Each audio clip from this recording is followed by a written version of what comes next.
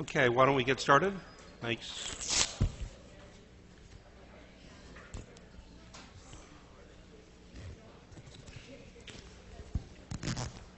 Okay, so on Friday's lecture, we went through a whirlwind tour of the nephron and the concept that it keeps us in balance. Let me see if I can advance my computer here. I can't.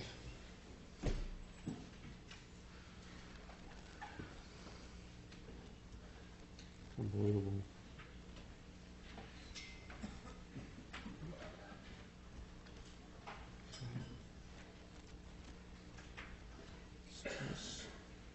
Okay, good. And we studied the concept that in order for the kidney to respond to changing circumstances in the environment, it had to do something that was a bit counterintuitive for an excretory organ. You would think that an organ that gets rid of our excess water and salts and ammonia would be an organ that recognizes those substances in the blood, extracts them, and throws them away. But what we found was that that's not what happens here.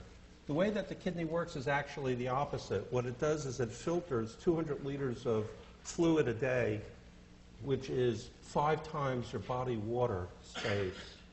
And all of those solutes and solvents, all the water and solutes in them enters Bowman's capsule and is then operated upon by a series of transporters that you find down the nephron from the proximal tubule all the way to the bottom of the collecting duct. And these transporters were under the influence of hormonal regulation. And the glomerulus also, despite its sort of pounding the tubule with all this fluid, had a relationship to that regulation through a hemodynamic effect. Now, the question always arises as to, well, it's a very involved mechanism, but, so what? Give us examples of how the changing environment impacts those mechanisms. So that's what we're going to do today.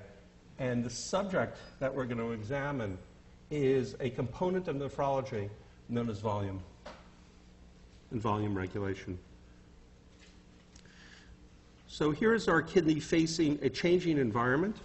And what we need to do is we need to understand how to affect the renal output, despite the fact that there's a continuous change in the environment given to us by our changing intake and our changing non-renal output. So here's our outline for today. We are going to define the term volume. We are going to convince ourselves that volume regulation has to do with the regulation of a single atom, which is sodium atoms. And then we're going to see how the body senses it and disposes of it and go from there. We're going to go into some clinical diagnostic tools, and I'm going to tell you where they work and where they don't work, and how not to get too concerned about all this, and you'll get it. It's a patterning of information that we need to derive. So let's start with this introductory slide set that you got on Friday. So the question is, well, the term volume has a special meaning. It has a usage, this terminology. And essentially what it means is it means the extracellular fluid space. It does not refer to the intracellular water. It only refers to extracellular water. And that is 1/3 of your total water space. So if 60 to 70% of our body weight is water, 2/3 of it will be intracellular, and even if you're not the most muscle-bound individual, a large percentage of that water is inside of muscle cells. The extracellular fluid space is 1/3 of the total body space, and that divides into 2 components that functionally we don't do much to separate clinically, I'm telling you. So, it's a 1/3, 2/3, just like here. We call this the rule of thirds, but we don't usually dwell on this difference because the vascular blood space and the interstitial space are in rapid communication with each other. So if you gave someone a liter of water, where would it go? Well, 666 milliliters will go inside of cells, inside of muscle cells. and 333 milliliters will stay in the vascular or the interstitial space, just water. So when you drink water, that's where it distributes, 2/3 and 1/3. It's the extracellular space that we call volume. That's what the term means, extracellular fluid space. So what is in this extracellular fluid? Well, a liter of water, for every liter of water in the extracellular fluid, it contains somewhere between, in the normal range, 135 to 145 milliequivalents of sodium. That is about, let's say, if this is sodium chloride, let's say on the order somewhere between 3 and 5 grams of sodium.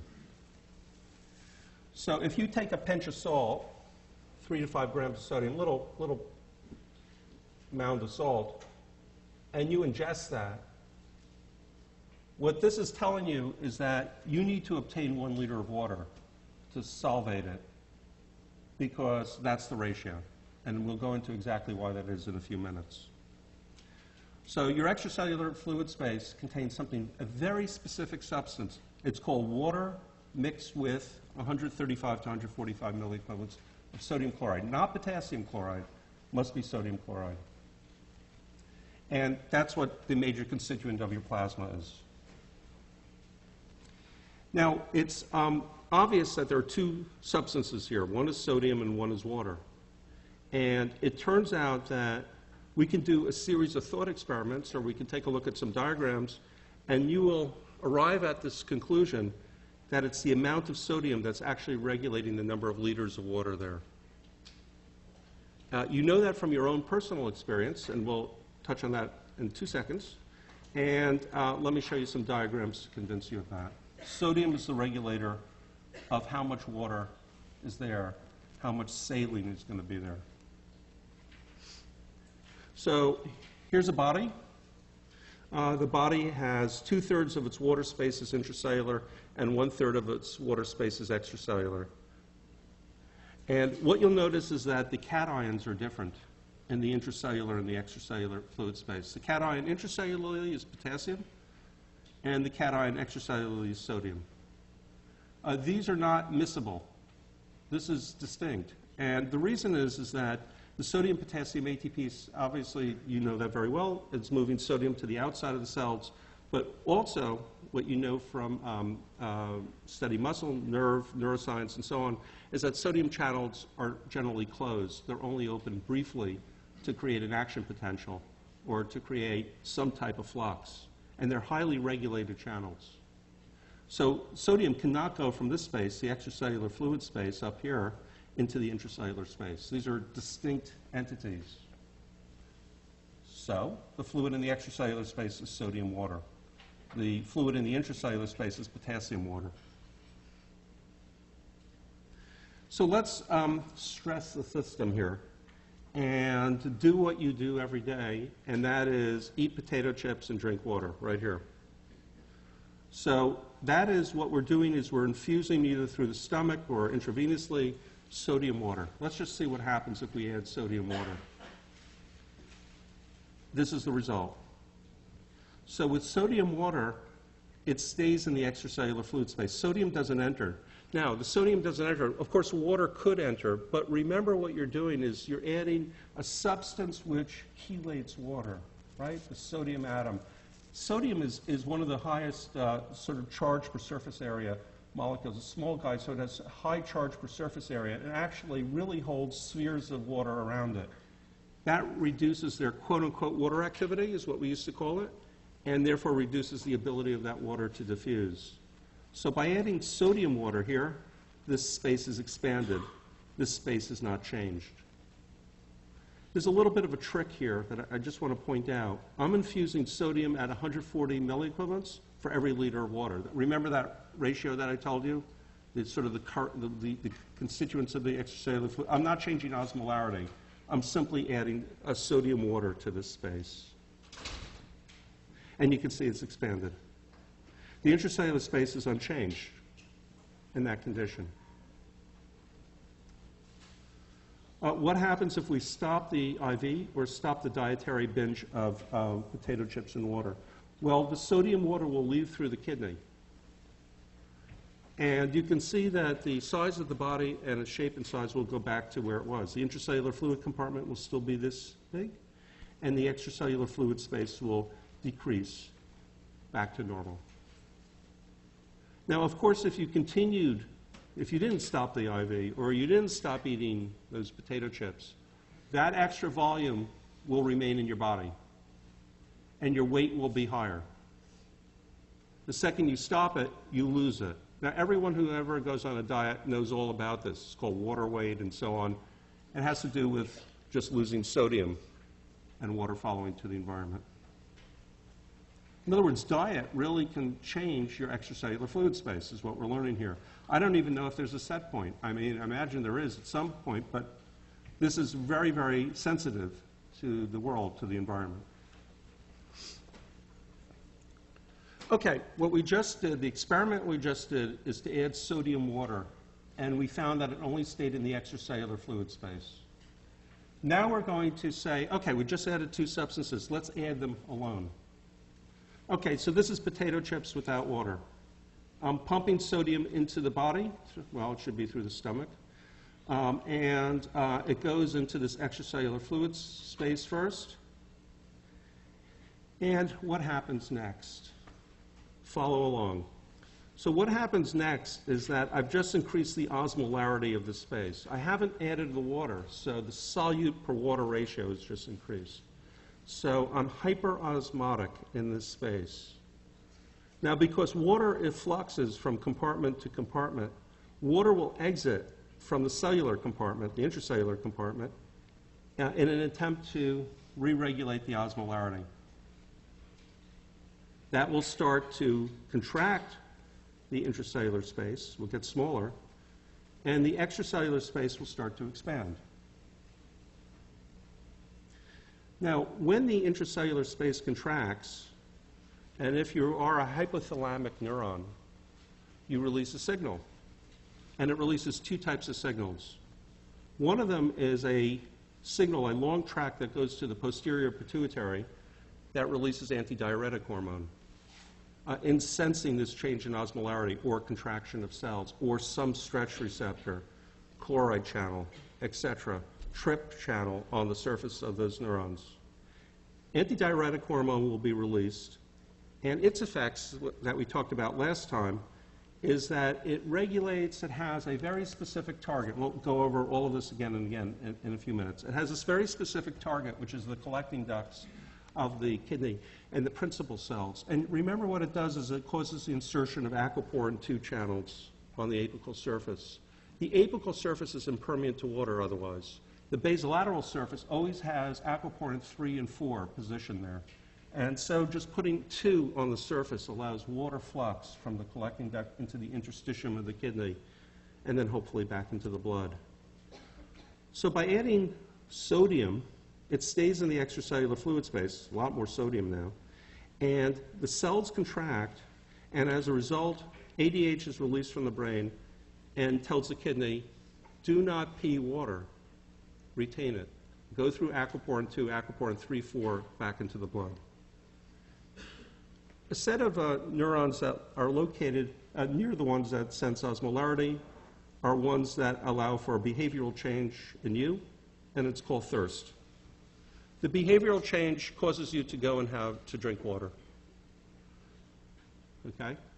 And it's said to be one of the most of stimuli. Everyone always says that thirst is the most extreme stimulus. As you add water, if you can, your kidney shuts down water loss.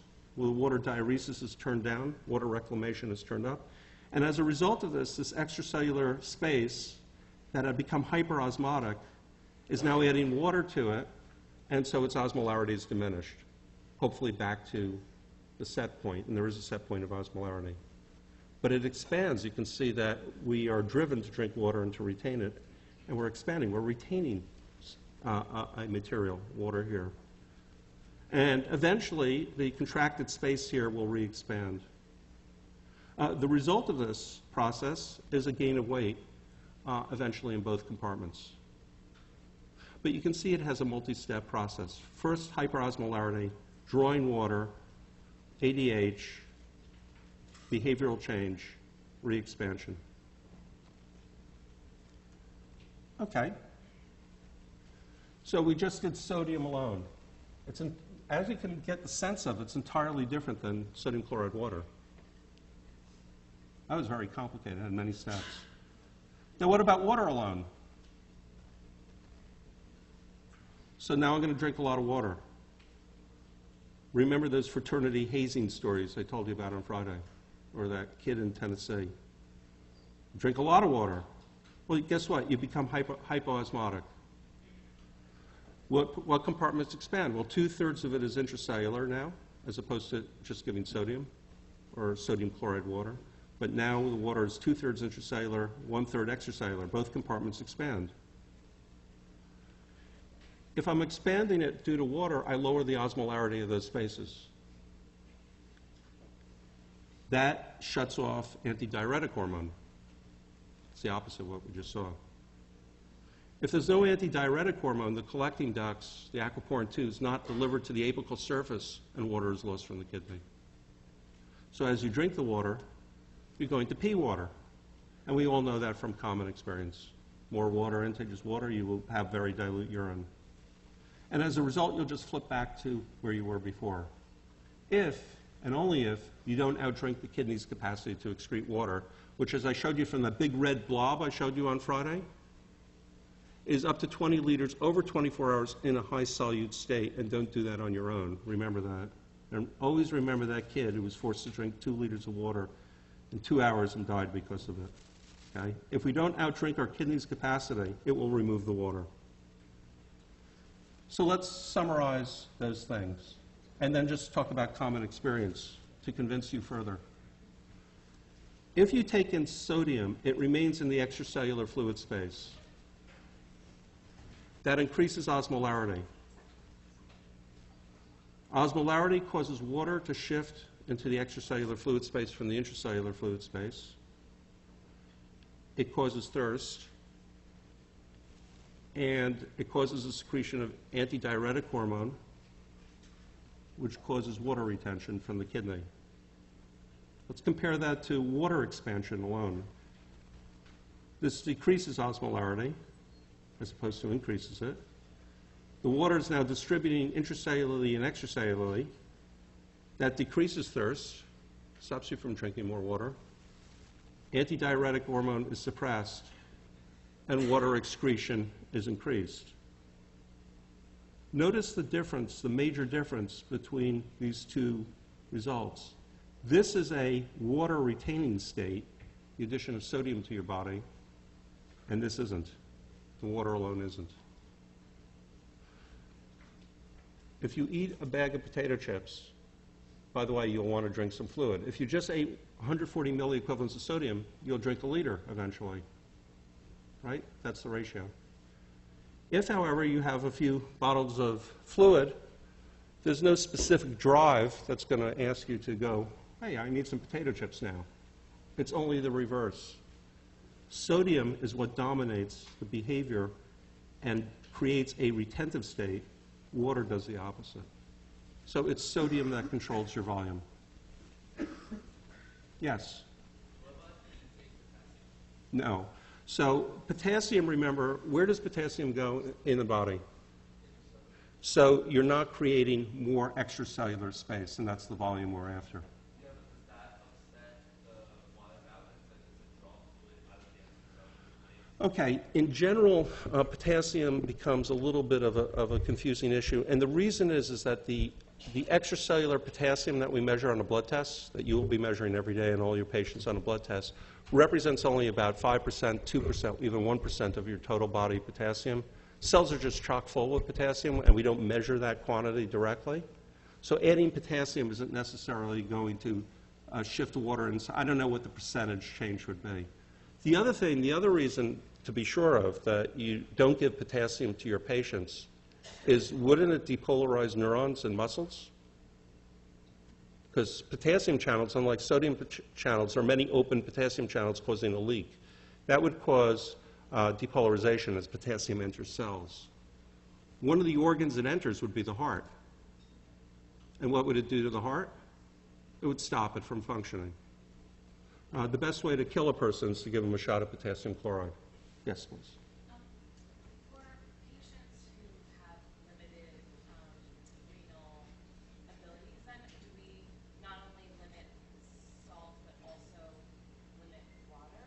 Yes, so in a lecture that you'll hear in about 2 weeks, chronic kidney failure is a state where you don't have the capacity to remove the sodium or the water, and such patients need to be on restricted diets for both substances. That's correct.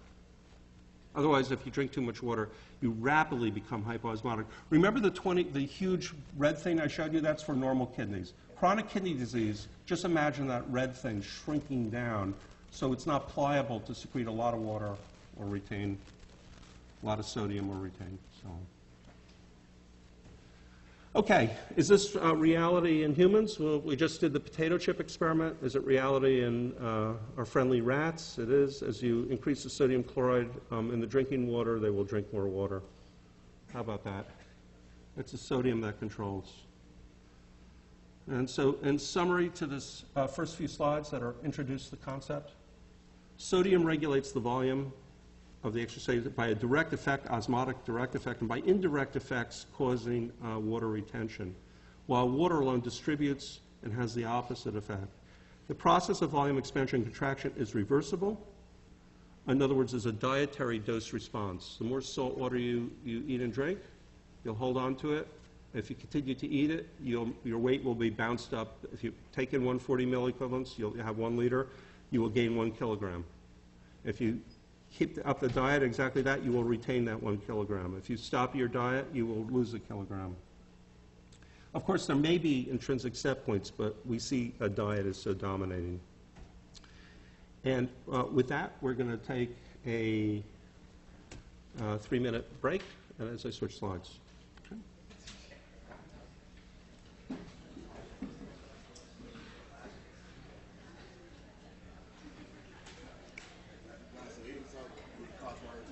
What's that? Eating salt will cause water retention, right? That's the So point. if you ate, say you ate a bag of chips, if you drink extra water more than you were thirsty, would that negate it? Like, if you ate extra water. You'll lose the extra water, but you'll retain the 1 liter if you ate 5 grams of salt. Oh, so it wouldn't, because I thought it was the osmolarity. So if you It drink extra is. water with the salt, You- wouldn't you have like normal concentration and wouldn't the body see that's regular? Eventually, as you drink it, but then you'll hold on to it if you keep that diet up every day. Oh, even with the extra water? Now, the extra water below, if you suppress your osmolarity further, that water won't be removed. So if you need 1 liter and you drink 1.5 liters, you'll lose the half liter Okay. But the salt doesn't go away. if you keep eating it. Okay. So But if you stop eating it, it goes away.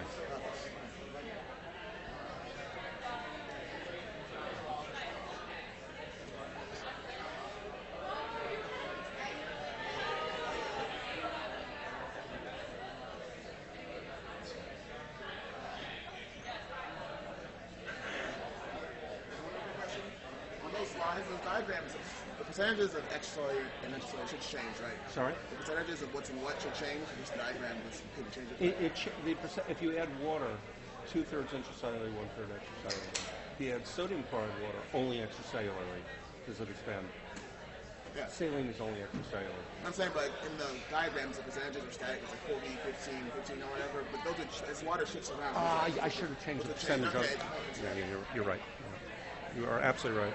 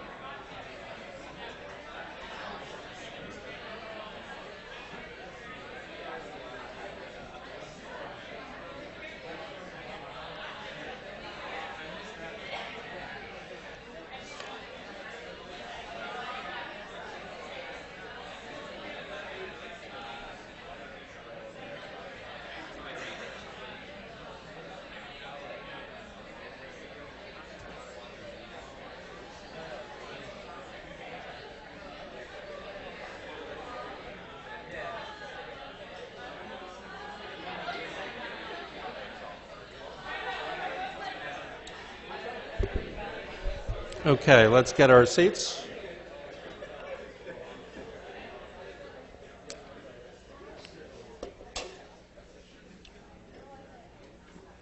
Very good. Okay, so our definition of volume is an amount of sodium chloride dissolved in water, so the ratio is about 140 milliequivalents per liter. That's our definition of volume. In this section, what we're going to do is we're going to stress the situation, just like we sort of saw adding sodium or adding sodium water or adding just water. We're going to look at those conditions again in more reasonable clinical scenarios that are typical of your patients. There's a state that we call volume depletion. Okay? Everyone in this room has been volume depleted at some time. Look at the list. These are not foreign things. These are common medical events. So if you vomit, it's like a list of biblical plagues here. If you vomit, you have diarrhea, if you have fever, you sweat, if you're starving, hemorrhage, right? All right. So all of those are a loss of sodium chloride, right? A loss of sodium chloride. Through the mouth, PR is per rectum, sweat. Okay, you get the picture. Now, the last three are need a moment of comment, and that is adrenal insufficiency means that aldosterone is missing. So if aldosterone is missing, remember where aldo works. It works in the principal cells. We did this on Friday. And recover allows ENaC, the sodium channel, epithelial sodium channel, to recover the last few milliequivalents of sodium. So adrenal insufficiency would be a reason for constant sodium loss because those final few milliequivalents wouldn't be recovered. A diuretic, even though the name sounds like water, well, it sounds like aquaretic, actually a diuretic causes sodium loss. And it does that, the variety of them do that by binding to sodium transporters of one type or another. So, for example, ENaC has a chemical that just binds to it and stops it from taking up sodium. And that's in the collecting duct. And if you go up to the thick ascending limb, your favorite drug, Lasix, blocks the triple cotransporter there. So that causes sodium loss in the urine. Lastly, if you have a high flow state for some reason because of glucoseuria, then what happens is, or because of some other substance that's moving through the nephron quickly, what basically happens is sodium will come with it. Some of the medications that you give are, in fact, most of the medications you give are anions. Remember the OAT transporter that picks up penicillin and dumps it in the urine? Okay, penicillins are actually negatively charged and can bring a sodium with it. And some of those medicines, the famous one was carbenicillin, where you actually, you'll be giving piperacillin and so on, that actually are large amounts, gram-wise, of antibiotics. And what will happen is you can lose sodium through that mechanism because it's negatively charged and will carry sodium with it. All of these cases that we call volume depletion had an old term associated with it called prerenal azotemia, and I'll go into that in a minute. Prerenal means these things are occurring before the blood gets to the kidney. That's what it meant. And I'll discuss that in detail. If you look at this list and think about it, you realize that all of this stuff was discovered 100 years ago, right? This is standard bread and butter kind of stuff. However, in our day, what's remarkable in our day is some of these things have become contentious again. And if I have a moment, I'll describe that as to exactly how to think about these things. So if you are volume depleted, you know the symptoms. You've all had them: lightheadedness, weak and tired, cold extremities, and thirsty would be volume depleted, patient would say when you ask. When you examine the patient, you may find low blood pressure. Orthostasis, as you know it, is when you stand up, your blood pressure falls more than is appropriate. Weight may be down. Believe me, weighing a patient is the #1 diagnostic tool, and it's one of those classical things at Columbia that's so hard to get an accurate weight on patients. But you need a weight, and if you've lost 5 kilos, guess what? You're volume depleted. Skin dry, no sweating, no saliva, okay? You're supposed to feel the axilla of the patient, and see if they're sweating, okay? Okay, if you want, okay. Do you have saliva, sir? Okay, no saliva. You must be volume depleted. Okay, skin turgor has to do with the rebounding of the skin, you know, plants, turgor, that kind of stuff. It's like crazy stuff. Okay, so anyway. And then finally, the kidney signs, that there's sort of blood tests and urine tests that we'll talk about that show you volume depletion.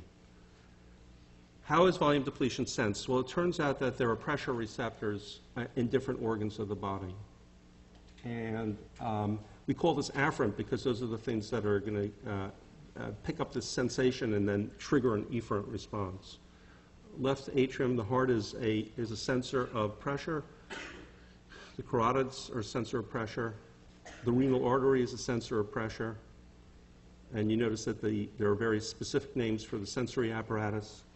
There's a CNS receptor, there's a hepatic receptor for volume, stretch, or some aspect of delivery of sodium chloride to those sensors. It's been debated as to what the proximate signal is, whether it's stretch or the delivery of substances, and many papers over the years have talked about the delivery of chloride to a number of these receptors. Okay, now we get to go into a foggy area that no doubt is very important. In this nephrology class at Columbia, over the years, over the decades, we tend not to talk about what I'm going to tell you directly. We acknowledge it, but we sort of wipe it out by making more generalizations. But since you're going to be hearing about this and maybe discussing it, we'll spend 1 or 2 slides on it, and that is the volume sensors that are part of the renal artery. And what you can see in the top panel is staining for those receptors. They are modified smooth muscle cells, so you have alpha smooth muscle staining. There are a few cells here, you barely can see them, little brown staining here, that contain the protease renin. And they are a set of cells that make nitric oxide synthetase. In the bottom panel, you see the same stains, but this is in an animal that has a knockout of an angiotensin II receptor, but think of the bottom panel as volume depleted. Same thing, volume depleted. And what you can see is that the alpha smooth muscle seems to be more prominent. These cells seem to be more prominent, at least in this gene expression. Renin, the protease, is increased along the length of this tube. And also nitric oxide synthetase is increased along the length of this tube. What is a tube, by the way? What am I looking at? This is the glomerulus. What do you think this tube is coming down towards the glomerulus? The what? I'm sorry? Actually, there would be, the distal tubule is actually going to sit right down here. What do you think this tube is coming down into the glomerulus? It's the afferent arteriole. So right along the afferent arteriole, as it enters the glomerulus, is actually a set of cells that respond to volume. And as I say, classically, nephrology at Columbia is not taught by focusing on the mechanism in the slide, but we should review it because everyone else discusses it in this way for 1 minute. We tend to make it easier by being more general, but let's take a look at this for 1 second. This is the apparatus known as the JG apparatus. They're in green. Those cells are thought to be modified smooth muscle cells. That's smooth muscle actin I just showed you.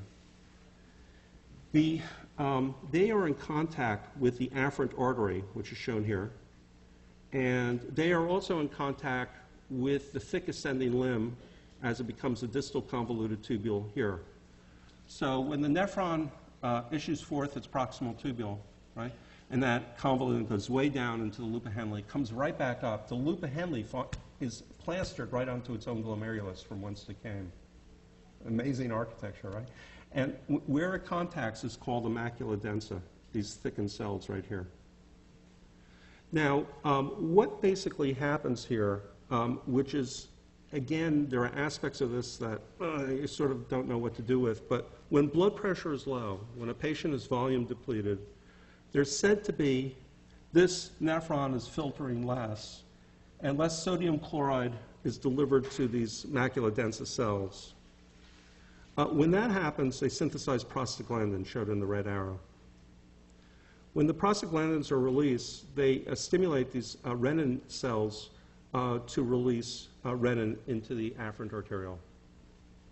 When renin is released, it makes angiotensin II, cleaves angiotensinogen, goes to angiotensin II eventually, and contracts the efferent arteriole. In other words, this sensing of the macula densa for sodium chloride results in efferent constriction. Last point, the prostaglandins that are released cause afferent dilation. Let's say this as Columbian nephrology would say this. When you're volume depleted, what happens is the sensors cause renin to be released. We're seeing it here in this picture. That results in angiotensin II, which causes efferent constriction. You know that from Friday, which of course raises the oncotic pressure in the blood flow, eventually increases in peritubular capillaries. But at the same time, a prostaglandin is involved in this, which also causes afferent dilation. And the concept there is that even though we're making probably the most powerful vasoconstrictor, angiotensin II, we're going to, quote, protect the afferent arteriole by releasing prostaglandin at the same time and maintaining its open state. Remember I said A2 works mostly, I showed you the data, we're going to look at it again, on the efferent system. Well, one of the issues is that the afferent system is protected by a vasodilator at the same time. That's how Columbian nephrology has said it over the years. If you look at this picture, all of that is sort of incorporating this picture, although sort of the role of the macula densa releasing the prostaglandin and then causing renin and then A2 is a little bit out of order as to how we've said it at Columbia. At Columbia, we say angiotensin II causes the prostaglandin to be made. What this picture says is that the prostaglandin is upstream of renin and angiotensin II. Same result, it's just that here we get to incorporate this diagram. The reason that we have not focused on the JG apparatus, as it's called, the macula densa, is that there's aspects here that are very hard to fit into classical thinking. One of the other things to know is that these modified cells that have renin are also innervated by the sympathetic nervous system. And that's pretty cool because that's a beta-1 stimulus to renin release. So whether you get it through the macula densa and this prostaglandin maneuver, or you get it through direct neuronal innervation, the result is the same. You release renin, which causes efferent constriction, maintains afferent dilation through a prostaglandin. This slide is upside down from the one in your slide set. I just turned it around just to make it look identical to this diagram. You see the renin-containing granules here. Here's the macula densa, these very tall cells. So, long and short, volume depletion by the sympathetic nervous system and by a local system in baroreceptors throughout the body, and particularly in the kidney, cause angiotensin II to be made while afferent remains dilated. And here it is summarized on the slide. Volume depletion to macula densa, sympathetic nervous system, renin release, angiotensin II, A2 makes aldosterone, goes to the adrenal, the zonia glomerulosa of the adrenal, enhances aldosterone production. The two of them play a sequential role in causing proximal tubule reabsorption of sodium and aldosterone and distal reabsorption of sodium. This system maximizes over 2 to 3 days. It's also said that angiotensin II plays a role in thirst. So in volume depletion, you have a thirst sense. Makes sense. We recovered sodium. Now we're going to add water. There's said to be a salt appetite. I'm not sure that's been studied. So volume depletion is a state where the kidney says, I'm going to excrete less sodium. And through this mechanism here on this side of the panel, I'm going to excrete less water. Makes complete sense for the idea of homeostasis. The macula densa involved. Okay, what does angiotensin II do? We'll repeat from last week, from Friday. Angiotensin II is a efferent vasoconstrictor. It does so through an IP3 mechanism. If you look at the bottom of the slide for all of those of you of interest, it's a calcium release from the sarcoplasmic reticulum, or the ER of those cells. opening, causing the opening of a voltage-gated calcium channel, these cells constrict in the efferent arteriole. The constriction in the efferent arteriole, remember the height of this column is the hydrostatic pressure back in the glomerulus. Before the efferent arteriole, the hydrostatic pressure is higher, and that's the driving force for the GFR is therefore higher. However, despite the fact that the afferent remains open through prostaglandin-mediated mechanisms, there is a decrease in renal blood flow, which means that tired old blood going through the glomerulus is concentrated faster, the oncotic pressure in it rises, and at this point, which is called reversal pressure equilibrium, the hydrostatic is equal and opposite to the oncotic pressure, and filtration stops. The area between it represents the driving force of the GFR. This is all from Friday. And you can notice that this space here, this virtual space here, the driving force is about equal to control situation. Meaning that we haven't done very much. We've maintained the GFR in the setting of a low blood pressure or volume depletion. That's pretty good, to maintain your GFR despite falling blood pressure and volume depletion. In other words, despite the fact that you need the organ to retain, you're not going to do it by limiting the filtration of all the junk that you need to filter to get rid of from your body. It's quite a brilliant mechanism. It's resetting retentive forces downstream, but upstream we're still going to get the toxins into the Bowman space and out into the urinary space. This is real. It's not fake. It's not made up. Here's a single nephron study through micropuncture. And you notice the two conditions. In the low sodium diet, which activates angiotensin II and creates volume depletion eventually, a low sodium diet will make you volume depleted eventually. You can see that while your GFR, that's a single nephron GFR being shown here, is not changed. The hydrostatic pressure in the glomerulus is up. You can see that in the low sodium diet. The renal blood flow is reduced. QA is renal blood flow. Actually, the permeability of the glomerulus has fallen. And what you can see is efferent bounces up here in terms of resistance. Afferent to a much less extent, probably because of the prostaglandins being made at the same time. Why do we do this? Who cares about raising the hydrostatic pressure here? Well, as I said, maintaining GFR is a really good trick, despite volume depletion. But it also allows, at the same time, greater reabsorption, because after the efferent is constricted, the remaining hydrostatic pressure is less in the peritubular capillaries, but the oncotic pressure, which has been driven so high in the glomerular capillaries because of the higher hydrostatic pressure, results in a big differential between oncotic and hydrostatic. And this is the force that will cause water to be sucked up, right, into the peritubular capillaries downstream along the proximal tubule. So A2 is a brilliant mechanism. It maintains GFR, but increases our reabsorption of water along the peritubular capillaries. Totally buffed. It's entirely different than norepinephrine, which shuts down the whole system. This maintains the system but increases reabsorption. Does everyone understand that point? Any questions on this image or at this point?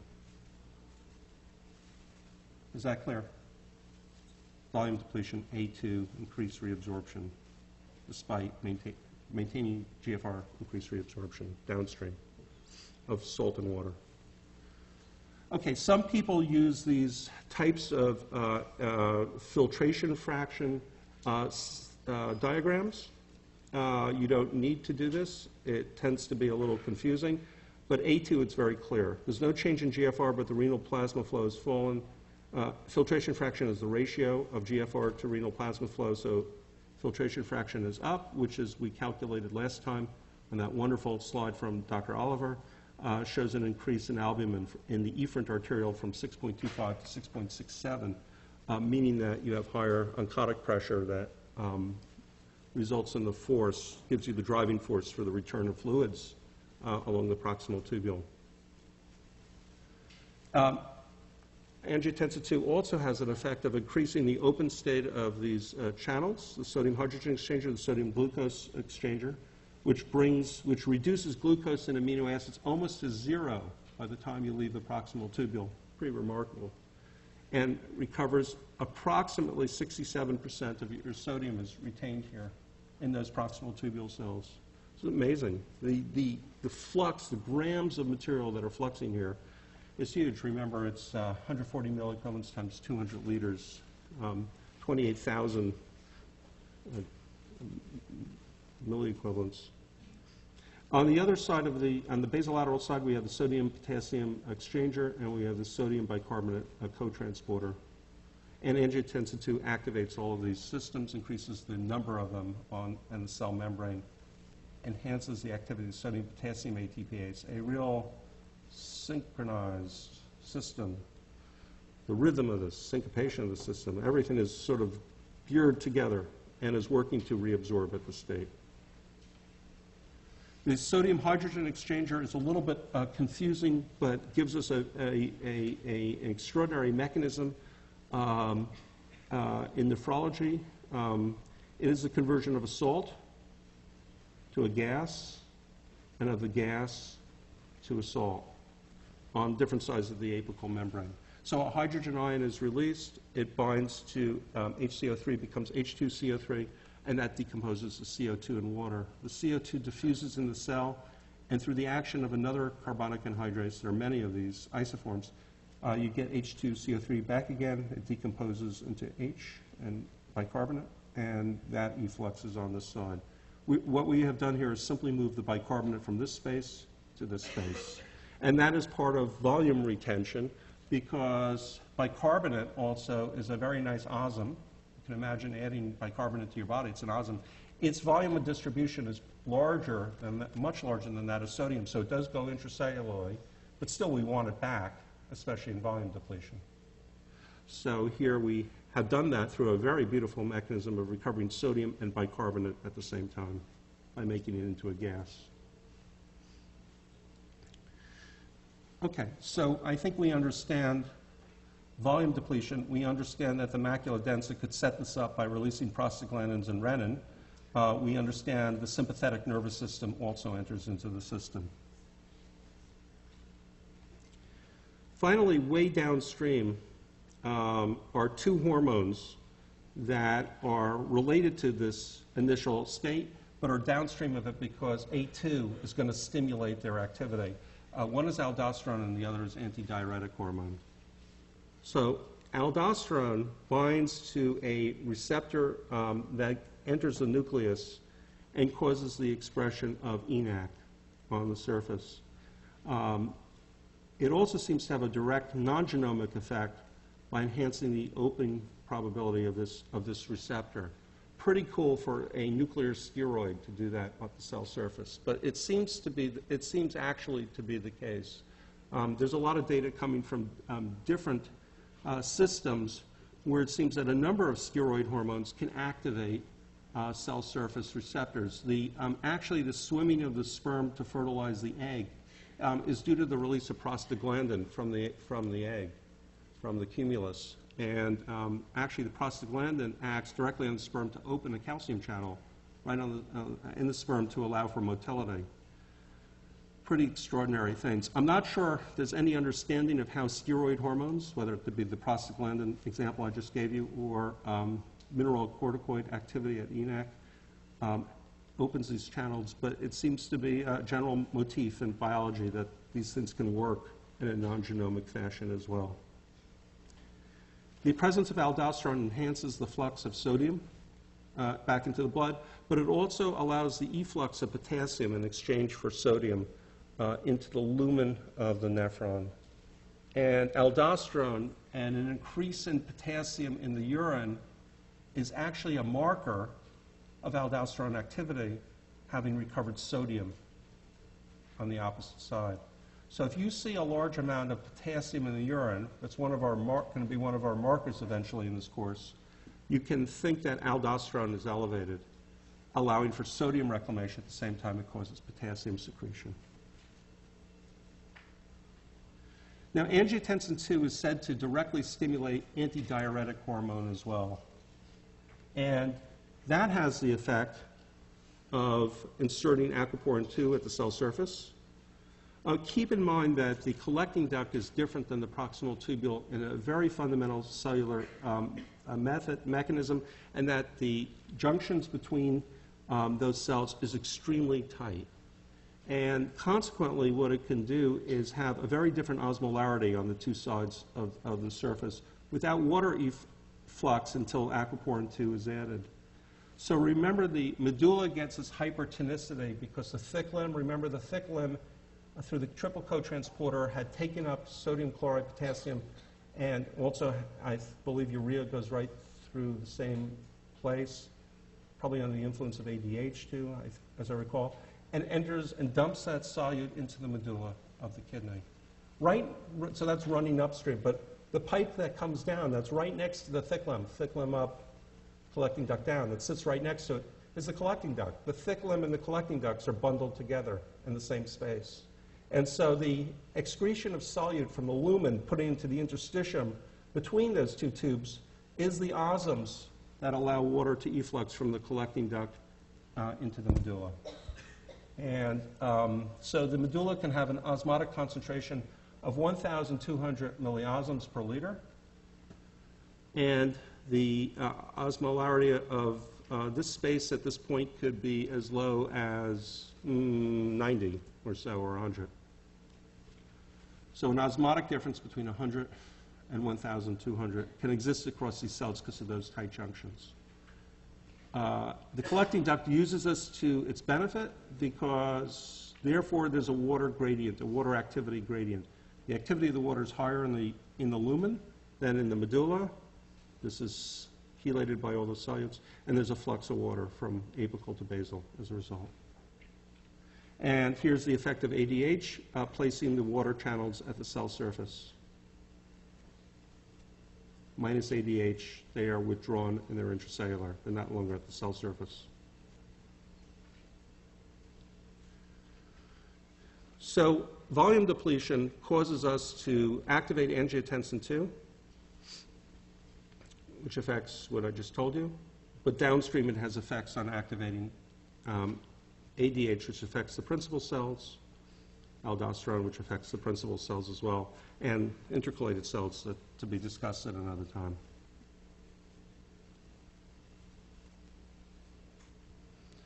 Okay. This just repeats what we just said.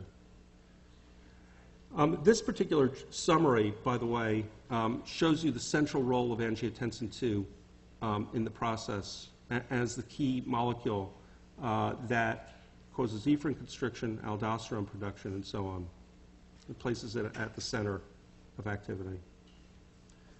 Okay, so we need to, before we take a break, we need to understand how to diagnose volume depletion. And you can see that we have some blood tests, BUN creatinine, we have urine sodium, we have urine osmolarity, we have urine volume. All of those are going to help us diagnose volume depletion. Okay, so let's turn to the urea, the blood urea nitrogen, and the creatinine first of all. Okay, while GFR is maintained because of angiotensin II in volume depletion, you may recall the diagram with norepinephrine causes afferent and efferent constriction. So by the time you have a large amount of catecholamines, you're in trouble. The kidney will shut down its activities because of afferent constriction and efferent at the same time. And if it is the case that the volume depletion is severe enough that we've gone from A2, we've added norepinephrine into the story, you can imagine that the constriction of the afferent and efferent simultaneously will reduce the clearance of creatinine. In severe cases, creatinine may even double. I'm underlining this on purpose as if there were glomerular or tubular damage. Okay? So volume depletion can raise creatinine if it's severe enough to cause afferent constriction along with efferent constriction. In my studies, I found that creatinine can go to 1.3 from 0.9 as an average in emergency rooms around the world. So there can be an increase in creatinine. The word "as if there were glomerular and tubular damage" is a hot button right now. The reason it's a hot button is that a group of people with long white beards decided one day to get together in a room about 10 years ago and to say that all causes of rises of creatinine are the same disease. Now, how can that be? But that's what the idea is. That gives us what's called the Rifle scale. The Rifle scale is the amount of rise of creatinine. It's just a marker for epidemiologic studies. But the notion has been that even volume depletion can cause epithelial damage. I'll come back to that maybe if I have time at the end. I can tell you that there are no genes in common from this state to other states that you're going to learn about. Only the creatinine is in common. There's a second phenomenon that you're going to note in the blood test. So you've got to be aware the creatinine's going to bounce up. Your attending on the wards, who may not be, so expert in this little teeny spot in medicine, or your, especially your critical care attending, your anesthesiologists who simply love this, are going to call volume depletion acute kidney injury. It's a new term 10 years ago. Remember the long white beard around the table. AKI, acute kidney injury, and volume depletion, because the creatinine is elevated, as if there were glomerular or tubular damage. The other marker that goes up in the blood is urea.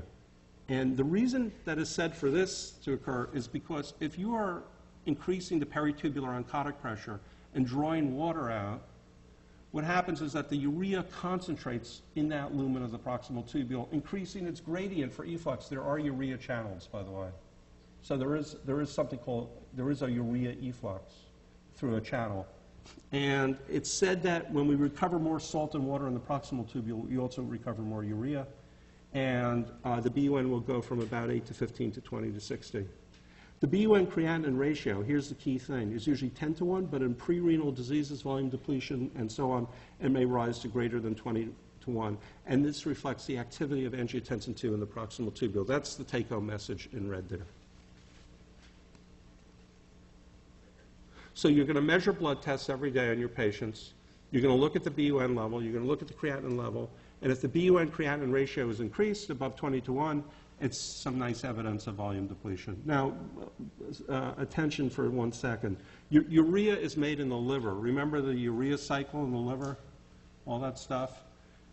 Okay, if you have a urea cycle defect, you're not going to make urea. Well, if you have a urea cycle defect, you're not going to make it to adult medicine. So, if you're working with an adult, you won't confuse that. However, urea is a downstream product of nutrition. And if you have a patient who hasn't been eating, the urea will be suppressed. Secondly, urea, of course, with the urea cycle is made in the liver. If you have liver disease, the urea will be suppressed. Therefore, the BUN creatinine ratio may not be as glorious as you would hope it to be to make your diagnosis of volume depletion. Unfortunately, it may be less than 20 to 1 and still volume depletion. In other words, this is a very good teaching point right here. When a test is positive according to classical teaching, it's positive, it's a good piece of evidence. But if it's negative, it doesn't necessarily tell you very much because there are other circumstances that could suppress it, like starvation or liver disease in this case. Watch out for that. You will see cases of that.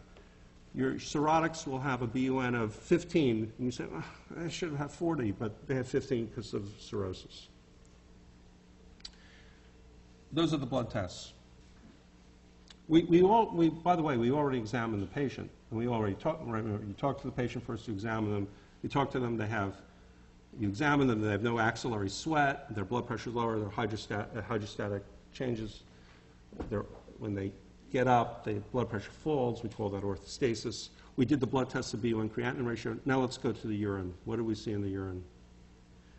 We are going to derive an equation called FeNA, fractional excretion of sodium. Okay? And here's the final equation right here. This is an equation you need to know. You will be writing out phenas on your patients. How did we get to those numbers? It's the mass of sodium excreted divided by the mass that was filtered in a given time period. That's the fractional excretion of sodium. It's this, that's what it means. How do you get the actual number? Well, you plug in. So the mass that was excreted is UV for sodium. The mass that was filtered is the GFR times the plasma concentration of sodium. GFR is UV over P. You can put the number right in here. UV over P for creatinine, that is. Creatinine is our marker of GFR. And this rearranges to an equation which is really easy to remember because it says UP sodium, UP creatinine, divided by UP sodium, divided by UP creatinine. That's the fractional excretion of sodium. Boy, you guys are slow this morning. A low fractional excretion of sodium. Let's now dissect the equation. So a low fractional excretion of sodium means a high activity of angiotensin II or aldosterone, recovering the sodium. The numerator, let's look at the numerator of UP sodium. The numerator has to do with the amount of sodium we recovered, and that's the A2 activity. Keep in mind, however, units, problem with units again. Keep in mind that we're actually measuring concentrations of substances, not absolute amounts. So if water is reabsorbed from the collecting duct, it would change that number. But we're not interested in water at the moment. We're only interested in sodium. So we have to correct for the amount of water that's been taken away because that would have changed our concentration. So all we have to do is divide UP sodium by UP creatinine. Because as creatinine gets concentrated in the urine, why did it get concentrated? It's because water was taken away by the collecting duct through antidiuretic hormone. So consequently, this ratio is the amount of sodium reclaimed divided by the amount of water reclaimed. And that gives us a fractional excretion of sodium. If the FeNA, as we call it FeNA. If the FeNA is less than 1%, it's consistent with volume depletion. If the FeNA is over 1%, remember the rule that a negative test may not tell you very much. If it's over 1%, it could still be volume depletion or it may not be volume depletion. Just think of it that way. FeNA was established about 30 years ago, and every single study that has come out has said that here's the problem with epidemiology. If you throw all the patients together in one bin, FeNA doesn't work at all. FeNA doesn't work at all. However, it is positive in some patients, and indeed they are volume depleted. So a positive test is volume depletion. A negative test as well could be a lot of issues, like you were infusing sodium chloride and took a sample of the urine at that point and pouring it, you changed the test. You did it in patients that you weren't supposed to. There are many, many issues, but when it's positive, it's a good sign of volume depletion, less than 1%. Okay, what else can we see in the urine? Well, if antidiuretic hormone is elevated in volume depletion, then we should see that the urine is more concentrated. The osmolarity of the urine is higher. So that's another marker of volume depletion. Remember that ADH is the hormone that goes up with osmotic stimuli. This is called non-osmotic stimulus to ADH. Volume depletion is the non-osmotic stimulus to ADH through angiotensin II, remember, and probably through angiotensin II. And that increases the osmolarity of the urine. So the concentration of urea and ammonia and sulfates in the urine will be higher and the osmolarity will be higher. Okay, let's summarize volume depletion. Volume depletion is an underfilled phenotype with weight loss. It's an easy way to think of it. The patient will have lost weight. The blood pressure will be low. The perfusion of organs will be decreased. There will be a high BUN creatinine ratio, BUN being retained as a result of angiotensin II. Urine sodium will be low as a result of angiotensin II and aldosterone. The FeNA will be low. The urine volume will be low as a result, and conversely, the urine osms will be high because of antidiuretic hormone, causing water retention, reducing the urine volume, and concentrating it. So if you have a patient with high BUN creatinine ratio, a concentrated urine with a low urine sodium, a low FeNO, that's a volume depleted state. If you go back to the patient, you didn't examine them, you check the labs before you examine them. No, big no-no. But if you go back to the patient, you'll find their blood pressure is lower, they'll have orthostasis, they'll be thirsty, and then most importantly, they'll have a story compatible with volume depletion, such as vomiting, diarrhea, and so on. Can the kidney reverse volume depletion? Well, of course it can't reverse volume depletion. Of course it can't add back sodium and water that was lost to the environment. But what it can do, look at this experiment as we lower the sodium in someone's diet, what it can do is reduce the amount that it excretes. You notice that it optimizes itself within about a 2 to 3 day period. So it's a distinction of the sudden drop in sodium, the sudden volume loss, that is, and the slower ability of the kidney to catch up its reclamation of sodium and water. This is a time of deficit, and this is the time when the body weight will fall. In other words, the kidney can't replace what it's lost, but what it tends to do is, remember, drive that equation we saw on Friday towards zero, but it takes a few days. And in that time will be a period of sodium deficit, a negative sodium balance. So at this time, we're going to take a 5-minute break, and I'll see you back to talk about other types of volume depletion in about 5 minutes. Thanks.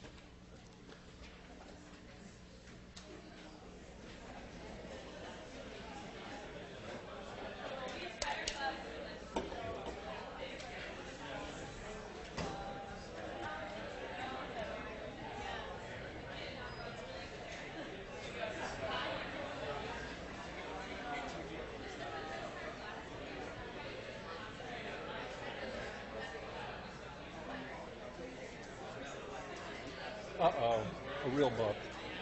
Is that Costanza? Yeah. It's a very good book.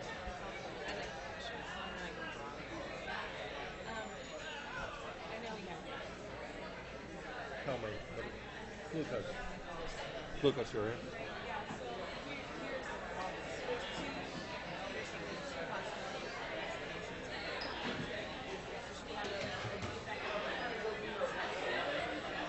Yeah. Okay, it's proximal to sodium glucose, right? Or, yeah, the maximum is 280 grams a day. Above that, it's in the urine. So then it Dipstick in the urine. yeah.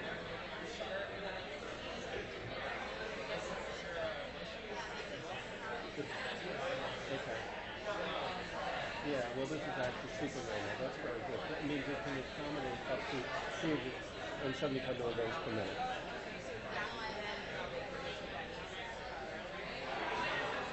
As reported by renal PM would be lower than normal. This is like a very good number for the amount of glucose transporting flash.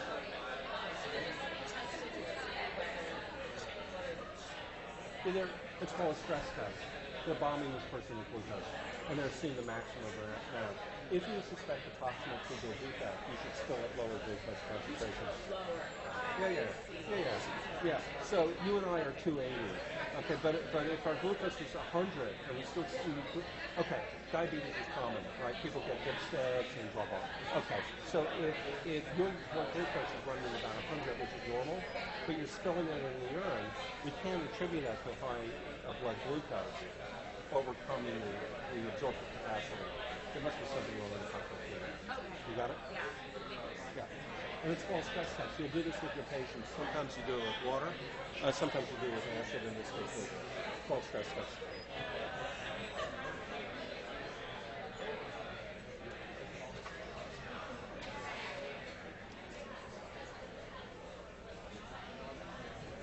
Hi, Professor. Nice to see you again. Nice to see you.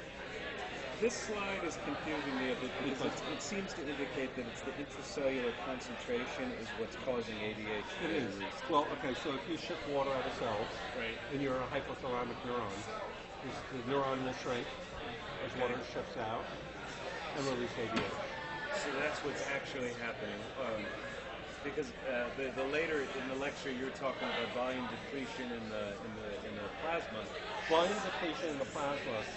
Okay, this is a specific, remember this is, volume depletion is to be the loss of sodium chloride in water. Okay.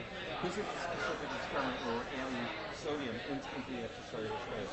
Okay. This is, the contraction here is in fact due to, in this case, osmolarity changes in that solute. That's a stimulus for ADH, osmolarity. But there's a second stimulus to ADH, which is called the non-osmotic stimulus. And the non-osmotic stimulus is volume. And how that works, I don't know, but you'll discuss it in the group. Okay. So this is a specific osmotic stimulus. Now, in volume depletion, we're talking about the loss of sodium chloride in water. So different mechanism to cause release of ADH. Different mechanisms cause release of ADH. You know, it may be the same mechanism, but it's not obviously connected to an osmotic change, which is easy to understand why cells shrink in hyperosmolarity. That's because water leaves them. Right. But how does a low volume signal that? I'm not sure.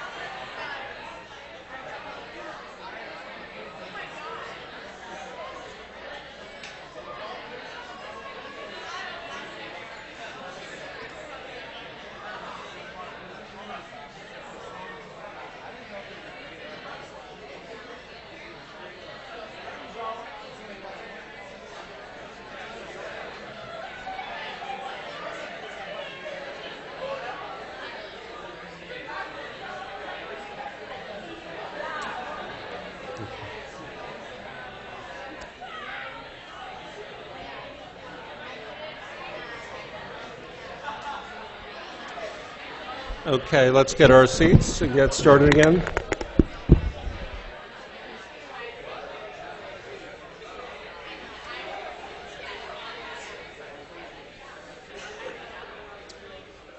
Great, grab your seats, thank you. Okay, ladies and gentlemen, so the types of volume depletion we were just talking about are things that are in commonplace type things, vomiting, diarrhea, sweating. There are other examples where the kidney is, in essence, seemingly responding in a similar way to volume depletion, but these are 3 diseases that are not volume depleted.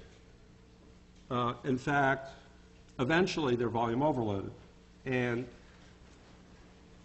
so how did we get into this pretzel?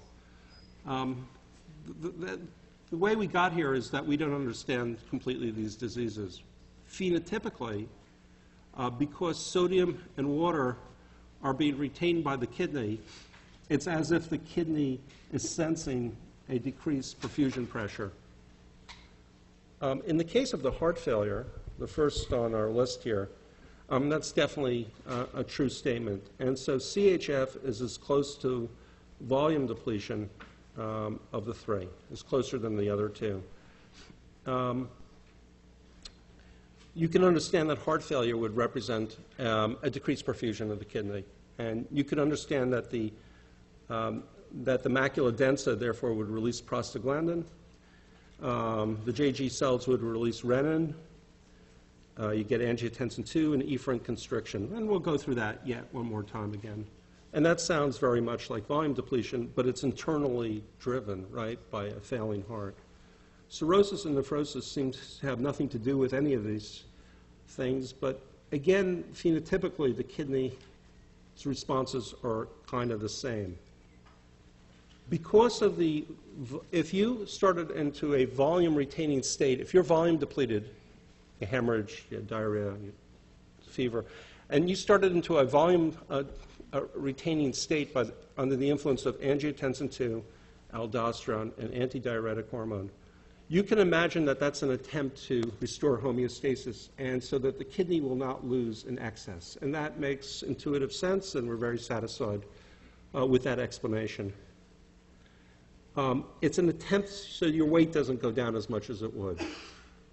However, in these states, we're actually gaining sodium and then eventually water. So we're gaining saline. And does it make sense? Well, in the case of CHF, we can plug it into this module and make a lot of sense out of it. And the other 2, not clearly so. So you walk into the cardiac intensive care unit, and you see a patient who has edema, which is saline accumulation. Their blood pressure is low. Their BUN creatinine ratio is elevated. You test their urine, and it's hyperosmotic for urine. The urine osms is above plasma concentration of osms. And urine sodium may be low, the FeNO may be low. And you say to the cardiac guy, and you say to the intensivist, well, the patient is volume depleted because look at what the kidney's doing. It's under the influence of A2 and aldosterone. Let me just tell you something. They will say, what are you kidding me? The patient's volume overloaded. Look at all the edema. Okay. Now remember that in such states, if they go on, norepinephrine causes afferent vasoconstriction, and BUN creatinine will actually rise, and cardiologists and intensivists will say the patient is in AKI, acute kidney injury. The volume overload in acute kidney injury, if we had gone in and destroyed their kidneys through a medication and they had become volume overloaded and their creatinine was elevated as a result of kidney destruction, yeah, they require dialysis because that's intrinsic kidney disease. But here you have something that's subtle and confusing because the kidney is actively, it's not damaged, it's actively doing what it's supposed to. It's retaining salt and water under its influence. Nephrologists say the kidney's volume depleted. Please give blood and albumin, saline. Please buff up the patient. The cardiologists and intensivists will say the patient's volume overloaded. Please start dialysis. You may think that in the 21st century, we would have a clearer view of all of this. But what you're going to find on your weekends on call is warfare between the nephrologists, cardiologists, and intensive care. And in fact, the warfare has gone to the level of the chairman of the Department of Medicine, who's had to intervene in cases and adjudicate them. Because yes, we are confused here. No, we're not confused mechanistically necessarily, but the balance between these things, you can see, is a little bit confusing when you have secondary salt and water gain. In the case of heart failure, it's yet another new term. It's like no one has any work to do. They just sort of refile things and then give it a new name. This is now called cardiorenal syndrome. In the case of liver, more appropriately, it is a separate entity. It's called hepatorenal syndrome. And nephrosis is, remember what we did on Friday? We said there's a few paradigmatic diseases, let's say Alport's, where the GBM in the glomerulus is destroyed. It doesn't look correctly because of the loss of collagen 4 and associated fibrils, and so you leak protein. That's called nephrosis. And in these states, the kidney looks volume depleted and is retaining sodium. And then when the cardiologist gets to the patient, they say dialyze. When the nephrologist gets to the patient, they say give more sodium chloride. Okay, here we go. In this case, we have a falling cardiac output here. That is a heart attack. This is an MI right here, day 1. Blood pressure falls. Cardiac output falls. Blood pressure falls. Patient gets tachycardic. And renin is released from the JG cells. Rises on day 1 very quickly, stays up for about 3-4 days, comes down. Its downstream partner rises, aldosterone rises. If A2 has gone up because of renin activity, aldosterone has gone up, what do you think the urine sodium does? Well, it decreases. And it decreases for a period of days. You can see about from day 1 to day 5, which is consistent with the rise of renin and aldosterone activity. And during that time, the plasma volume increases, and of course the body's weight increases. Why does the volume increase and the weight increases? It's because the excretion from the kidney is decreased under the influence of our favorite hormones, A2 and aldosterone. Why did these become activated? Because of a loss of perfusion pressure from the kidney, from the heart. So is heart failure or subsequent to an MI pre-renal? Is it volume depletion? It sure looks like it, right? And you can understand decreased perfusion pressure. It sounds like volume depletion. And we are comfortable putting cardiorenal and volume depletion closely together because of this relationship. One very important point is, why do these hormones decline by day 4 and start to decrease? Well, you can see that the cardiac output begins to normalize and the blood pressure normalizes. Why? Because we've retained volume, which increases the plasma volume, which increases the stroke volume, and therefore increase the cardiac output, allowing resuscitation, a new steady state in that patient. So it was the volume retaining state that was important. The word cure is the wrong word, is a part of the suppression of this disease activity after the MI, the increase in volume, the increase in stroke volume. And as a result, our angiotensin II and our aldosterone then become suppressed. We've done the dirty deed. We've increased the plasma volume. We've increased our body weight as a result. This is a fantastic result of a volume-depleted state due to an MI. You can think of this as stage 1 here and stage 2. Stage 1 is the acute volume-retaining state, and stage 2 represents the new steady state in terms of urine sodium, plasma volume, body weight.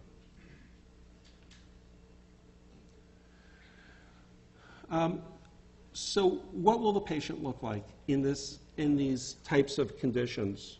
As I say, one of the problems is that this secondary salt gain and salt water gain can result in symptoms which leads the cardiologist and intensivist to say, please dialyze the patient.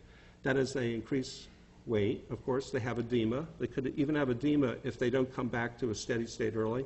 The edema could be pulmonary, which is life-threatening, of course. And eventually, over time, despite the high A2 and aldosterone, we've seen the normalization of these numbers. So what's very important in these states is actually to know what phase you're in of the process. Because here's urine sodium's low, and then it will become high again. And that's exactly what we want to see to come back to a new steady state. In the case of very severe heart failure, severe MI, this normalization may be eventually achieved, but at the cost of having a tremendous amount of edema, bringing that telephone call for dialysis, even though we feel that's the result of underfilling. Stage 1, underfilled phenotype, high BUN creatinine ratio, low urine sodium, low FeNO, low urine volume, high urine osmolarity, ADH is turned on, A2 is turned on, and so on. Exactly what volume depletion looks like. However, there's a stage 2 where we come to a normalized phenotype, blood pressure, weight gain in the setting of edema. BUN creatinine ratio can normalize. That means angiotensin II is turned off. Urine sodium and FeNO can normalize. That means A2 and aldo have turned off. Urine volume is normalized. That means ADH is turned off. Stage 1 and stage 2, cardiorenal or volume depletion because of the heart. What about these other two friends here, cirrhosis and nephrosis? It's debated whether the initial stimulus for sodium recovery is due to the underfilling of the kidney. As I say, this mechanism is clear. In CHF, it's not that clear in these other two models. There's also the overfill model that actually sodium retention is proximate, that yes, the kidney is retaining sodium, but that wasn't in response to underfilling. In other words, this was never volume depletion or volume depletion like in the first place. It was a signal to cause sodium retention primarily. And yes, that's what the kidney does in volume depletion, but that's what it's going to do, for instance, in nephrosis. And that's independent of an underfilled state or some stage of underfilling. We go right to the overfilled model. Do you see the difference? And it's that difference that's critical in your thinking, because the underfilled model will lead you to give volume to your patients, and the overfill model will cause you to put the patient on dialysis. You see, not only are we debate because our markers are kind of a little bit difficult to always to hold in mind as you see patients, but these two models give you a very different clinical outcome. Actually, there was a breakthrough a few years ago by a former PNS resident who's now the chair of nephrology at Pittsburgh.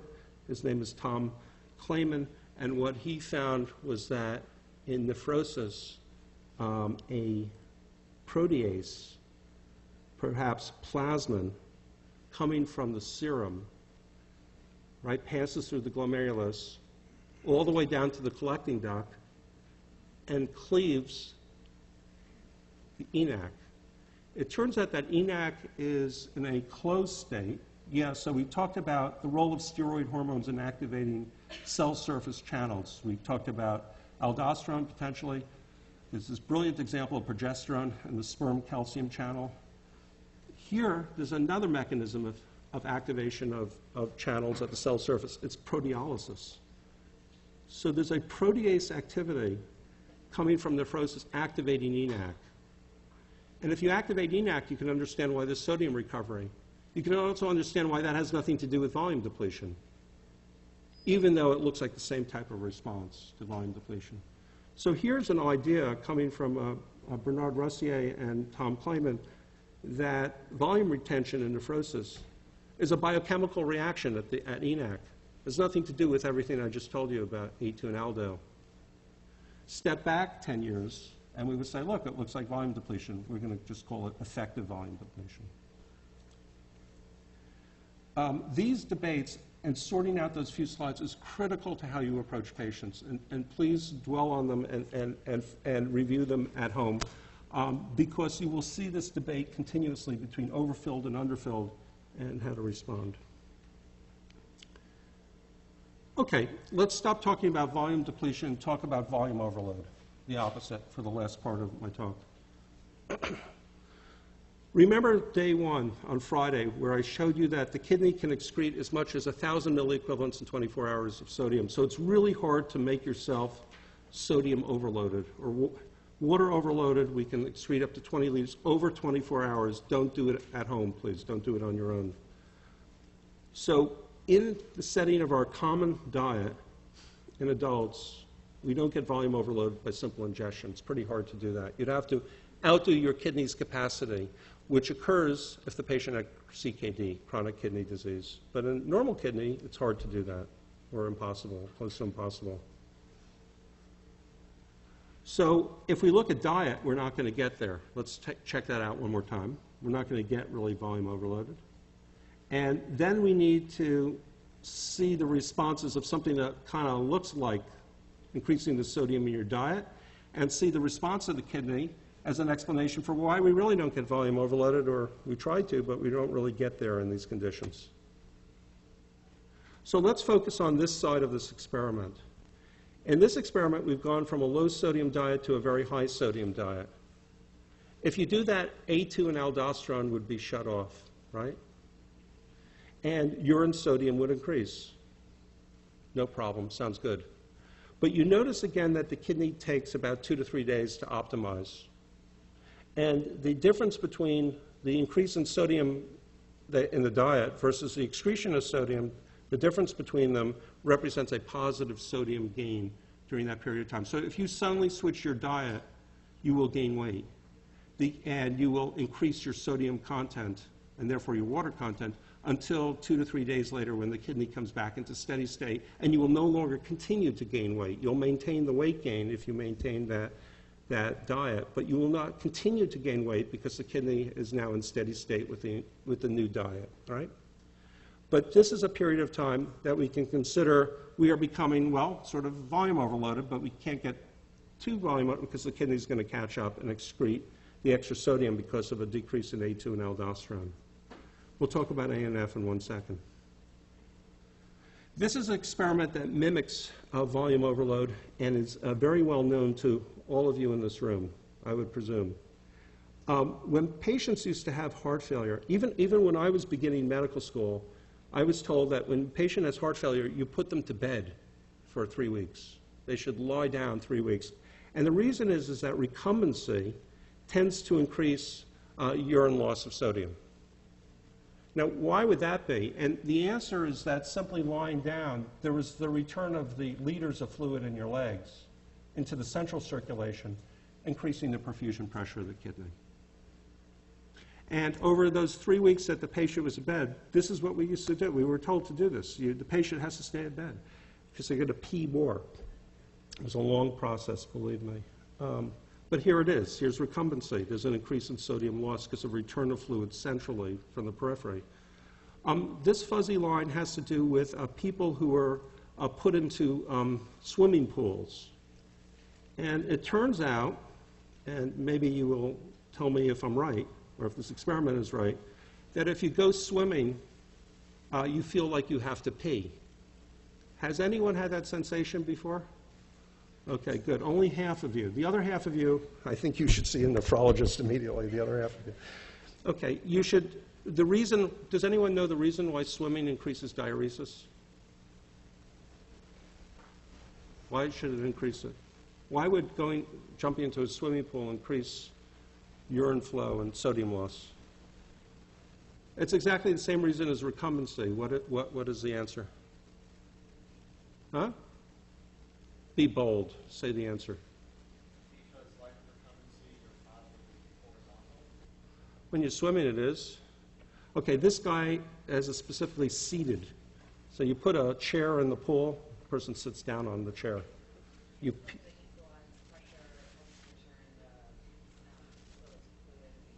Right. All of you, have you ever jumped to the bottom of a swimming pool and noticed something with your sinuses going on? So the pressure of the water against your body will force the fluid centrally, increasing the perfusion of the kidney and increasing urinary loss. This is why you need to pee when you go swimming. It's for that reason. Do you think that swimming and spending a lot of time at the spa is a way to diurese a patient who's volume overloaded? What do you say? Do you think that was ever used in the history of medicine? Roman baths kind of thing? Yeah, that's exactly right. So this causes diuresis. Now, is this volume overloaded? Well, it's a shift centrally, so it's kind of on the path to volume overload. We can think of it in the same way. And it turns out there's a hormone responding to this called atrial natriuretic factor, which we'll get to in 1 second. So, first idea of volume overload. Enhanced dietary sodium, shifting of fluid centrally. I'm not sure we should call them a volume overload, but it's similar to it in the fact that we suppress A2 and aldosterone and we increase ANF. And we'll come to ANF in 2 seconds. There's a second group of scenarios that have volume overload, and these patients tend to actually eventually become actually salt overloaded, water overloaded, And yes, these are the types of patients that we're concerned about their volume overload. So in kidney failure, obviously we have a gain of sodium that we can't excrete. So that's easy. Patients with advanced kidney failure are volume overloaded. Why? Because they eat the American diet, which is filled with salt, and become volume overloaded. Heart failure, second stage. Remember, in the initial stage, cardiorenal, we say underfilling of the heart.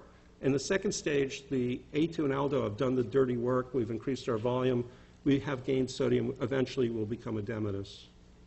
Cirrhosis, nephrosis, we just talked about. In the case of nephrosis, it seems to be a primary gain of sodium if the ENaC protease story is correct. And if you have a mineralocorticoid excess, if you have a tumor secreting aldosterone, you'll obviously gain sodium, and this will cause high blood pressure volume overload. And here are the symptoms, and here's what you think about in someone's volume overload. They can become short of breath, they have weight gain, they have edema, and the urine signs will be confusing depending on what stage you're in. So you have to be very cognizant of this process to actually make a diagnosis in this case. Where is volume overload sensed, and how do we deal with it? And so this is probably the hardest part of this lecture. It's in the next few slides. So it seems that there's a hepatic sensor. This is an experiment where sodium chloride was given orally or intravenously, and this is sodium chloride excretion in the urine. And what you can see is that the oral dose of sodium chloride is more effective. This suggests that in the portal system there's a sensor for sodium chloride in water, or it's in the liver. What happens next? Here's our friend jumping in the swimming pool one more time. And what we see here is that when we immerse a patient, the plasma renin activity just falls, and the aldosterone activity just falls. So the liver has a sensor. The JG apparatus is going to have a sensor too. And renin falls, and its downstream partner, aldosterone, falls. Right? It's the opposite volume depletion where they rise. Makes sense. And this is this redistribution of fluid by immersing someone in a pool. And here we go. One more time. Columbia Nephrology does not focus on using the macula densa and the JG apparatus as sort of the central teaching point, but you will hear about it, so here it goes. In volume overload, there tends to be increased delivery of sodium chloride to the macula densa cells, these big columnar cells, that apparently at that point, through a channel on their cell surface, release adenosine, which is shown in green. Adenosine affects these modified smooth muscle cells and inhibits their secretion of renin in blue. The secretion of adenosine inhibiting renin causes efferent vasodilation, which decreases glomerular pressure. Okay. This system you can think of as being the opposite of the volume retaining state because we suppress renin through an adenosine mechanism. Apparently there's cell swelling here and the release of adenosine as a result. Some people talk about the fact that adenosine can also be an afferent constrictor, which doesn't make much sense whatsoever. Because if you want to remove the excess volume, it's unlikely that you would want to decrease renal blood flow. So this arrow is the reason I think that Columbia Nephrology has never really focused directly on this mechanism. Let us just say that through a local mechanism, through adenosine, renin is suppressed. Okay, let's go on one more step. That's what the JG apparatus is thinking about.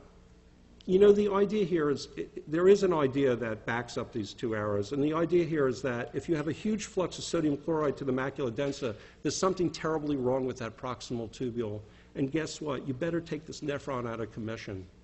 And the way you do that is by afferent vasoconstriction and efferent vasodilation. In a sense, what the macula densa is doing is sort of toggling the GFR compared to what the sodium chloride delivery will be to these cells way downstream. You can sort of see that in that mechanism, but it sort of doesn't help us with the volume. It only gets us so far with volume overload. This type of feedback is called tubular glomerular feedback, and as I say, we look at it, we know about it, we all nod knowingly, and we don't really put it together. And the volume depleted one, through the release of prostaglandin A2, that's very clear, but this one is a little confusing with the afferent constriction, unless we want to just remove that nephron from function. Here's a friend that we feel more comfortable with. It turns out in the heart there are cells that have granules. These granules contain atrial natriuretic factor, and you can see that when you apply a pressure inside the heart, you release ANP. ANP does the opposite of what angiotensin II does. It causes afferent vasodilation. This causes an increase in pressure in the glomerulus, along the length of the glomerulus. It causes an increase in renal blood flow, which diminishes the rise of oncotic pressure. And the driving force for GFR is the difference between them. You can also see that after the efferent arteriole and the peritubular capillaries, there could be a higher hydrostatic pressure as a result, and therefore potentially less reclamation of fluid. So higher GFR is the number one thing that ANF does, and perhaps reduced reclamation in the peritubular capillary, because these deltas are much less than in control. So ANF is responding to volume overload coming from the heart. And the way it does so is it seems to suppress renin release. This is plasma renin activity, renin amount in the plasma. This is an infusion of ANF here. It seems to suppress renin. It suppresses aldosterone. It doesn't change cortisol levels. In this experiment by Needleman, there's a reference here. The infusion of atrial natriuretic factor causes an increase in GFR. These are two different, I think, rats with different degrees of kidney health or kidney failure at baseline. Increases the renal plasma flow. We just saw that. That suppresses oncotic pressure. It increases the GFR due to higher pressure and lower oncotic pressure. And the filtration fraction is under debate among us. It seems not to change the filtration fraction very much. Some of my slides say maybe it goes up, maybe it goes down, maybe it's variable. In this experiment, it doesn't seem to change. It seems to go up at the end of the experiment, which is pretty interesting. But please note that ANF is a vasodilator, and look at the blood pressure, which would have enhanced renin activity and therefore potentially increased angiotensin II and therefore the filtration fraction. What's very cool about this chart, let's take a careful look at this. The renal plasma flow increases because of afferent dilation. Look at the GFR. It goes up, and even as the renal plasma flow goes down, it's maintained elevated. So if you learn one thing about ANF, remember it suppresses renin, aldo, and increases GFR. That's the number one take-home message, and that's prolonged despite even the beginning of fall of the renal plasma flow during the middle of the experiment. The enhanced GFR and the decreased A2 and aldo cause an increase in urine volume, urine sodium content. Urine sodium rises, the fractional excretion of sodium rises, potassium bumps up just a little bit. So in response to volume overload, the heart releases a substance which inhibits renin-angiotensin, and at the same time causes afferent vasodilation, enhancing GFR, suppressing delta pi, increasing delta P, suppressing delta pi, and therefore increasing urinary sodium loss. You'll have a problem in today's problem sets that talks about using ANF as a therapy in patients who are not peeing, and you'll discuss that. So again, with the filtration fraction issues, if you'd like to use them, A2 is obvious. It increases filtration fraction. Peritubular albumin concentrations increase from baseline. Here's baseline.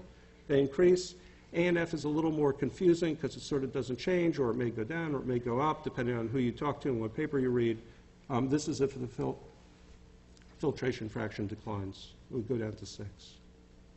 So as I told you, yes, on Friday, some of us use filtration fraction It's not urgent that you use it as long as you sort of understand the patterning of information. Okay, so this summarizes our volume expansion model. It's sensed by the heart. It's sensed by the macula densa. The macula densa releases adenosine, which works through A1 receptors that turns off renin. The heart also releases, and that inhibits renin A2. The heart also releases ANF, which inhibits renin A2. Okay? The combination of these effects through the macula densa or through ANF, and how exactly it's related, I'm not sure, but that increases urine sodium and urine volume as a response to volume overload. And so this summarizes, again, this type of chart where angiotensin II is no longer the dominant substance that it was in volume depletion. It's ANF that dominates in the circumstances, inhibiting A2, inhibiting aldosterone, causing afferent vasodilation. No angiotensin II, efferent vasodilation, and so on, a downstream effect. Okay, so in summary, our kidney maintains our steady state by the activation of a number of hormonal systems. In volume depletion, it's the renin-angiotensin system. In volume overload, it's the ANF system. The JG apparatus seems to participate in both of them through the local regulation of renin secretion. These hormones affect the proximal tubule through A2 and affect the collecting duct through aldosterone. The kidney attempts to maintain balance, but it's not instantaneous, and so there are periods of sodium loss when you drop your sodium in your diet, and at times of positive balance when you increase your sodium in your diet. The same type of concepts apply to heart attack and heart failure. They are confusing when applied, maybe appropriately or unappropriately to cirrhosis. They may or may not apply to nephrosis, which seems to be a primary event of sodium reclamation. Here is our glossary to summarize the terms, the important molecules that we've used in this lecture, to summarize their activities. They are responding to volume depletion and to volume overload, often in opposite directions. Remember, there's a staging of this process. Always keep in mind what stage you're at when you see a patient. And this is also a very nice summary slide, that when you're in overload, weight gain, your GFR will be higher, your fractional excretion of sodium will be higher, your urine volumes, your amount of sodium in your urine volume will be higher, your ANF is higher. In volume depletion, the nervous sympathetic norepinephrine, angiotensin II here, ADH, are activated. These alternating systems will allow the kidney to respond appropriately to volume depletion or volume overload. So we go exactly to the right place no matter what our environmental perturbation is. So the renal output is modulated depending on intake, non-renal output, with an attempt to maintain steady state. This is finally a classical case from nephrology from a long time ago.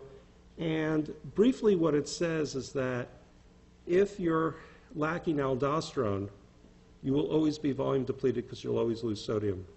However, if you have too much aldosterone, you will become volume overloaded, the opposite, but eventually over time, because you will turn off angiotensin II, you will come back to steady state. I'd like you to take this as a homework assignment because on the Addison's patient is a volume depleted patient. The primary mineralocorticoid excess is a volume overloaded patient. And if you read this and think about what you're going to see in the urine at different stages, it will summarize my 5 lectures and put them together very nicely in this one case. Thanks a lot.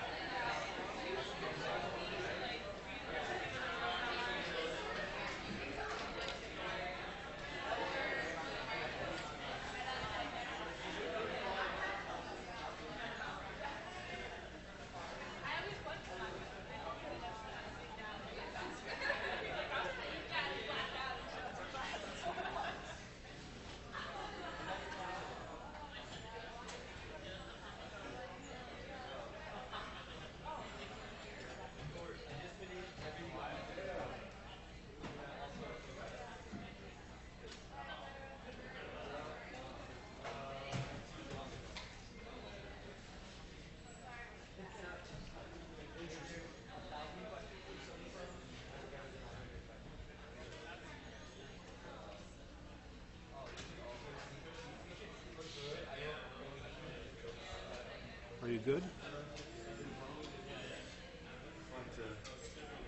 Assimilate a little.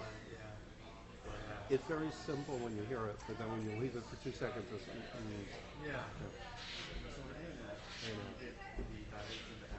Yep. You increase the pressure of the wires. Obviously, you don't have as much time to filter, right? So you're That's one way to think about it. The flow is faster. right. That's right. Fresh blood, Right. non-concentrated, so oncotic pressure lower. Right. Pressure higher. Delta's really big. High GFR. But that's not affecting Most the important. rate that sodium can leave. Well, it also inhibits renin release Right. and aldosterone. So you're cooked right in the toilet. No reclamation. Okay. That's the whole idea. Yeah. That's the most important thing to know. What I don't know is how does ANF directly affect the macular densa? That's what I really need to study up on. I don't know that. Because if it did, then we would bring all these sensors together into one place. The heart sensor and the kidney sensor. Right. Rather than think of them as independently. That's the one hole here. Right. Okay. We're usually volume depleted, by the way. Volume overload is a rare. You can't make yourself volume overloaded too easily. So who wins in the consults between the cardiologists? Well, eventually they do. It depends because it depends on the symptoms of the patient. The problem is if the patient is symptomless, it's not a pulmonary edema in short, we tend to make a lot of noise about it. If the patient has any sign of, oxygen deficits and not breathing well, we give it to them. They win. Because, you see, we would say, please give a pressor, a cardiotropic that activates the heart. Please give milrinone. Please give dobutamine. Please stimulate the heart. You'll see a big urine flow after you stimulate the heart. And that's what we used to do before the age of small dialysis machines. Because dialysis used to be torture, but now we have a dialysis machine that's this big, so everyone says, just plug in the dialysis machine. Well, wait a minute. If we just stimulate the heart, we'll do the same thing in 1 hour. Why do we need a big extracorporeal circuit and a machine and a nurse and you have all these fluids, right? That increases risk. This debate is continuous, and it's a really interesting debate, in my opinion. But it's toxic. People are threatening each other. It's really interesting. Yeah, I had no idea. Oh, yeah. Huh. Oh, yeah. And even, it happens to be a pet peeve of mine. Some of my work hid into this, and I said, oh, my goodness. I'm going to enter this debate. It's really exciting.